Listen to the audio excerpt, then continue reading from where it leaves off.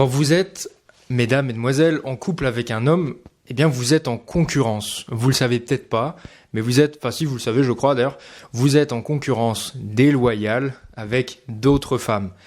Des femmes dont le métier est de créer du désir chez les hommes. Des femmes rémunérées pour créer le désir masculin.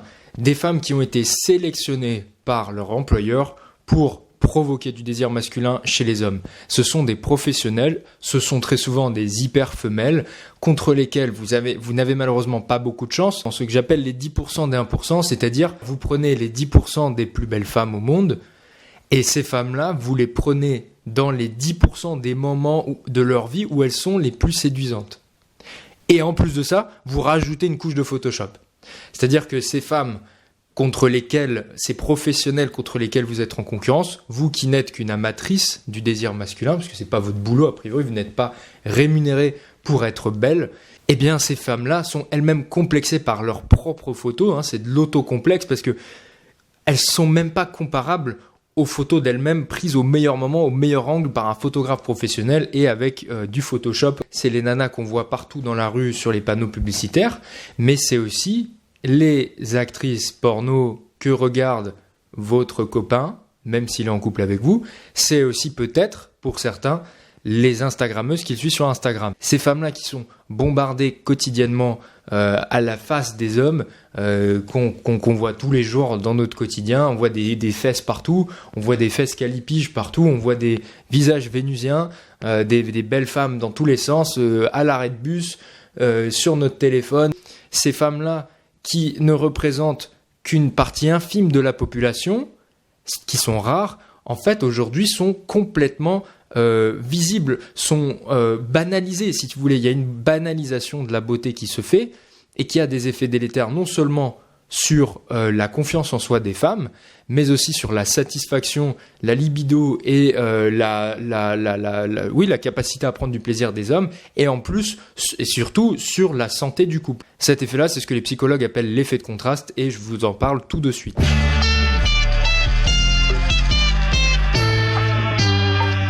Alors il y a deux chercheurs en psychologie qui s'appellent Kenrick et Gutiérrez, que je vous mettrai dans la barre de description, qui se sont amusés à faire des études où on présentait à des hommes une photo d'une femme en plein milieu d'une série de photos de femmes ultra canon.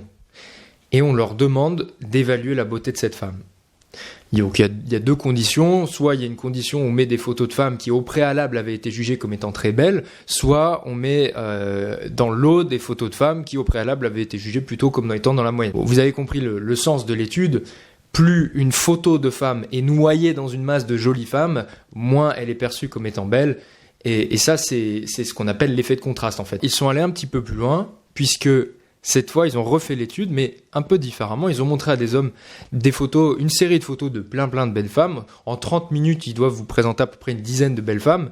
Et à la fin, ils leur posent à ces hommes des questions sur leur vie de couple. Dans la condition où les femmes étaient très belles, où il y avait des très belles photos de femmes, eh bien les hommes, après coup, évaluaient leur couple comme étant moins satisfaisant.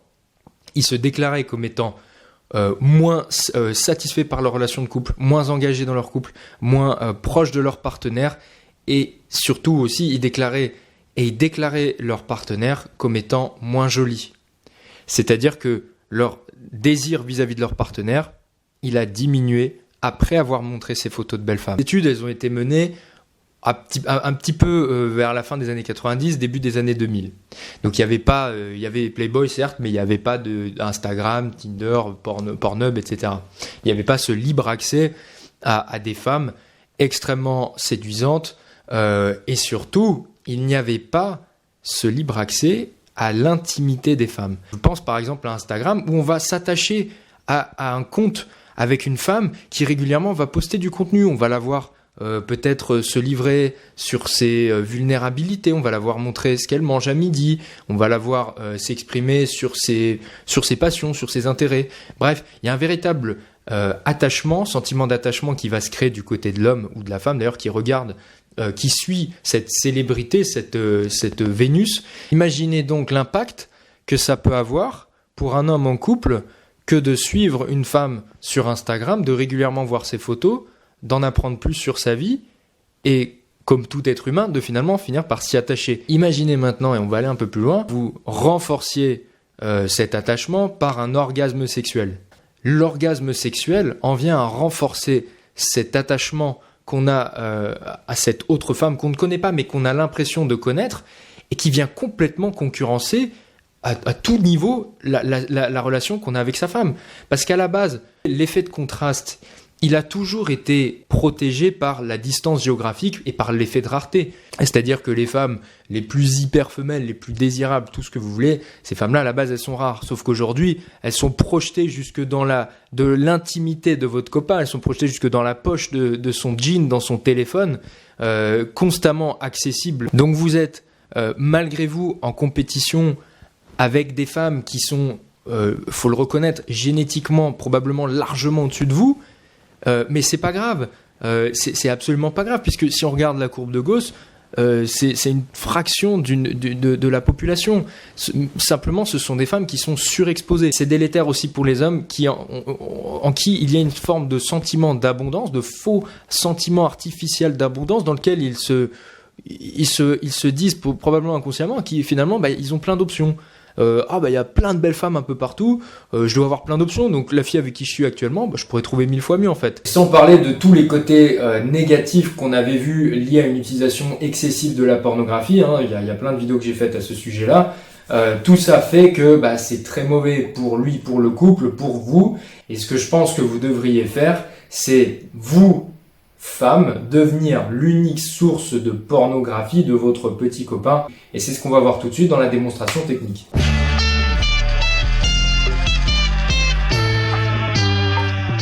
J'étais en couple avec un copain qui consultait Instagram ou la pornographie, Pornhub.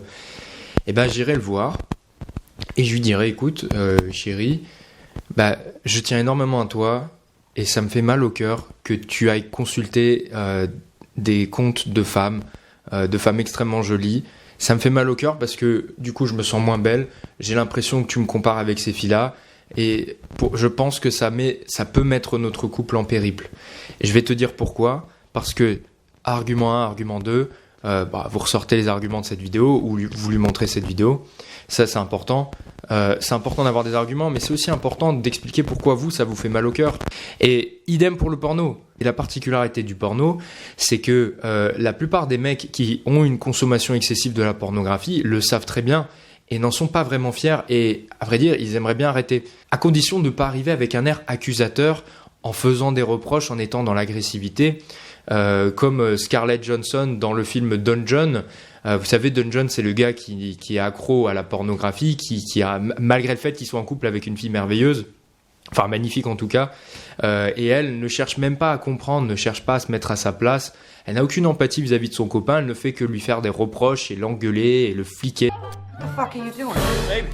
What the fuck are you doing? I was just reading emails. No, you weren't. You were watching porno. I saw what that was. No, I saw you. Yeah, but baby. Don't call me that. Oh my god, that's the most disgusting thing I've ever seen in my life. Il faut pas que vous soyez Scarlett Johansson, soyez plutôt comme la deuxième copine. Soyez là parce que vous faites ça parce que vous l'aimez, vous faites ça parce que c'est pour son bien. Just porn, huh? Yeah.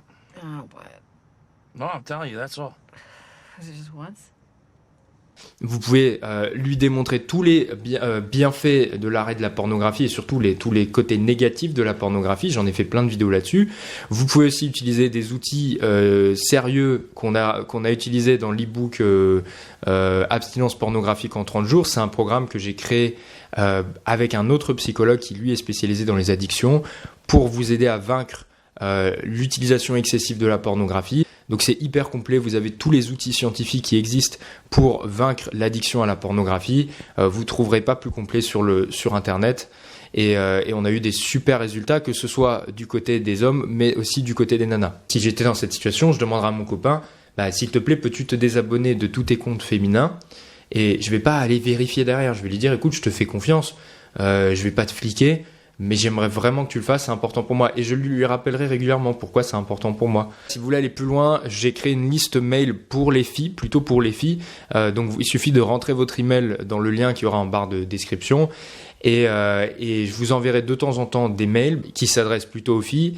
Et je vous demanderai, j'essaierai d'interagir un petit peu avec vous pour voir ce qui vous intéresse le plus, quel type de sujet vous aimeriez que je traite avec vous. Et je vous dis à bientôt, j'espère que ça vous a plu. N'hésitez pas à partager cette vidéo à hommes ou femmes, peu importe. Tout le monde est le bienvenu sur cette chaîne YouTube. Comme je vous dis, on n'est pas là pour cliver, on est là pour réunir tout le monde autour d'un thème central qui est la psychologie et les rapports hommes-femmes, les rapports hommes-hommes, etc.